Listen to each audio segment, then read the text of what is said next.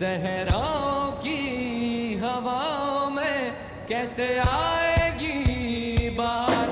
तो क्यों है ये